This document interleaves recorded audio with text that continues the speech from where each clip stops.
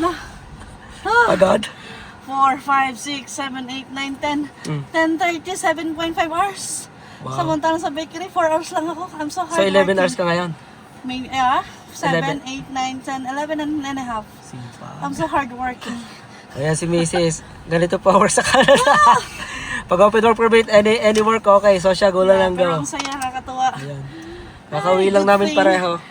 Good thing nakapag-work ako sa bakery. Yung ibang ginagawa namin, alam ko na dahil doon sa ano. So ayan, uwi na kami. Kanina pa si Yana naghihintay na sa amin. Baka tulog na nga yun eh. Pagod daw, si Madam Ganda. Yeah, knockdown ang shoes.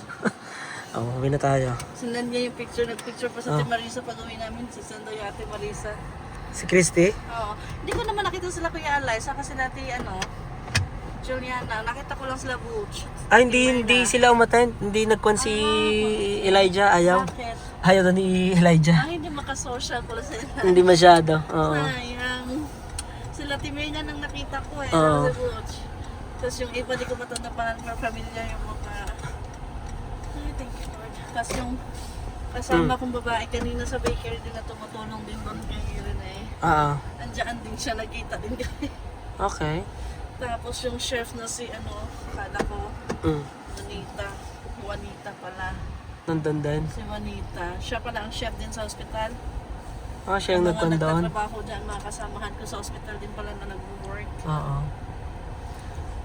Ayos. Tibay nung isang kasama ko nga sino yan? Barb. 9 AM pa siya nandiyan hanggang ngayon. Ikaw lang Pilipino doon? Oo, ako lang Pilipino. Filipino lady. Ayos. Si Barb, grabe, alas 9 pa ng umaga hanggang ngayon. Nandoon pa Ayan, rin siya. kakauwi lang nila.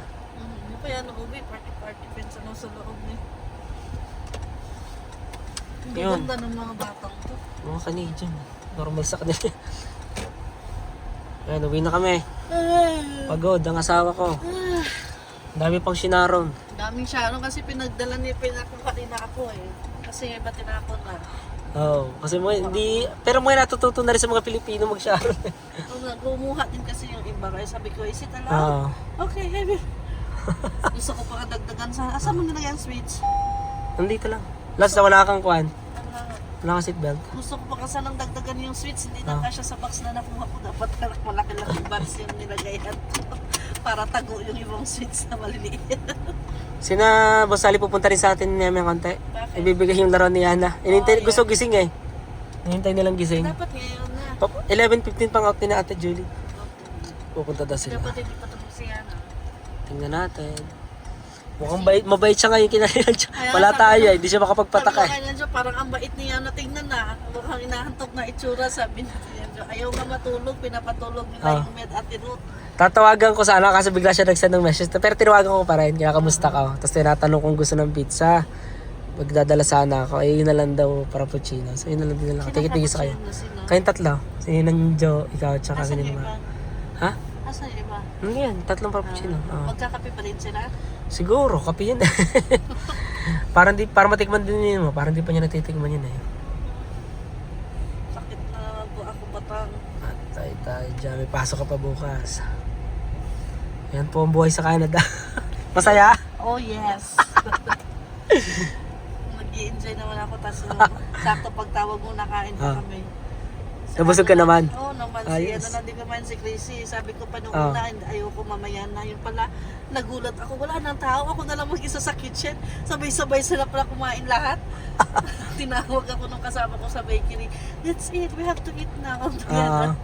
Kasi mag-ano po ulit daw mamaya. Okay. Hindi sumabay talaga si Chrissy. Ayos. Ako si Ana. Kumusta kaya? Ako magtanong magkano oras namin. Hindi, bibigyan ka na lang. Si Chrissy magbibigay? Ang alam ko. Kasi ang pinaka-main niya na kwan siya eh. Tapos... kasi si parang sa kanya nagpapahanap si Juanita eh. Yung chef mismo. Or bibigyan kayo nung Juanita. Sino mismo yung pinaka-kwan niya? Chef si Juanita in charge. Siyang chef. Okay. Pero syempre dahil siya nagluluto lang siya magbayad, syempre babayaran din siya, diba? Oo. Juanita yung Pilipina? Hindi. Pagod. Yan, pero masaya. Oh yes. Okay. want Bukas may more. pasok ka pa. I can instead nga tomorrow, kung di ka lang papasok na Diba? Sino ti Marisa nakita mo daan? Wala. Ah, wala. Pwede ka sana ako mag-extend para sa bakery, no? Tapos kasundo na pahatid Pwede na lang ako eh. sa'yo saglit. Oo. Exit ka sa Tanungin trabaho mo. Pwede ka na.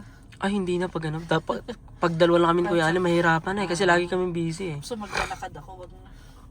Huwag na, wala, para may pahinga ka rin. Dito kami sa bahay mga boss. Ayan, Saan na ba? pahinga Saan muna. ba? Ay, Nagbablog ako. Kasama ka na sa vlog. Dati mag-isa lang ako eh. Oh, dalawa na tayo ngayon. Okay. Tara na, labs. See you na lang mga boss uli. Pahinga muna kami. Tara na, buhatin mo na ako. Good night. Wala na akong energy. Oh, pagod na da. Buhatin mo. Anong pala pinaka-ginawa mo doon? Dami, iba-iba pagdating ko Pero hindi ka na lang. nagluto. Nauna ako, walang tigil na natenga ako sa dishwashing. Sa dishes, pabihira. dishes. Hindi pa kami matapos-tapos. Ano siya, parang, di naman siya di ba kon siya tawag dito? Catering siya. Catering siya? Okay, Oo. okay. Ang tawag nito, nauna pa ako kay Chrissy, wala pa siya pagdating ko. Tapos, Nauna ka pa? Oo. Okay. Pag hindi ko alam saan ako papasok, dumiretso ako, nandun na may iba bata. Ah, Tama na yan. ayun. Sige, bukas na lang daw uli. Pagod na.